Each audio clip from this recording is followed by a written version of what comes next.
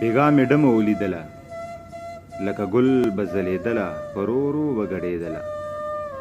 بېګا مې ډمه ولیدله لکه ګل به ځلېدله په ورو ورو به ګډېدله. نری شونډې یې پاڼې ښکلې مخ یې یو کتاب و د شپې توره تیاره کې لکه شمه بلېدله. په محفل کې څه غټانو څه راغلي غریبانو چې غریب به ورنږدې شو دا به ورو ورو تښتېدله چې امیر به ورنږدې شو دا به یې خواته راښوېدله. چا شراب اسکل نشه شوه چا د چرس لوګی راغ که زه هم محفل کې ناستم د مستۍ نه ناخبره عجیبه شان سوچ کې پروتم. ما ویل دا به د چا خور وي چې د چا غېږ کې ګډېږي دا به هم د چا بچی وي د حیا څادر یې شلېږي یا خو ډېره د بېوسه چې محفلو کې ګډېږي یا یې سر باندې څوک نشته ځکه نه یېرېږي نه یریږي یا خو ډېره د کمسله نه حیا شته نه شرمیږي.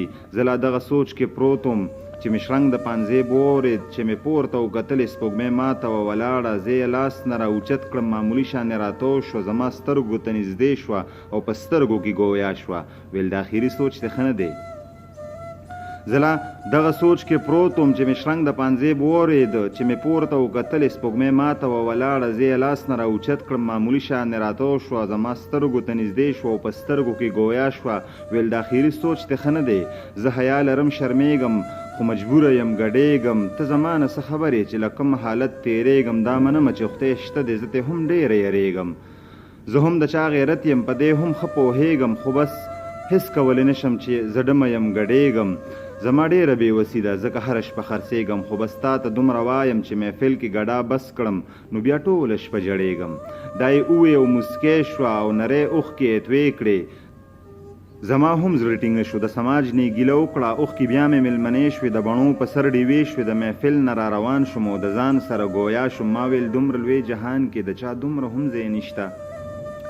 د محفل نه را روان شوم او د ځان سره ګویا شوم. ما ویل دومره لوی جهان کې د چا دومره هم ځای نشته. ګرانو مینوالو د بغزاده دانش صاحب دغه نظم ما تاسو ته ډالۍ کو امید در به کوم چې تاسو به یې خوښ کوئ او ملګرو سره به یې شریک کوئ. مننه جي الله په امان.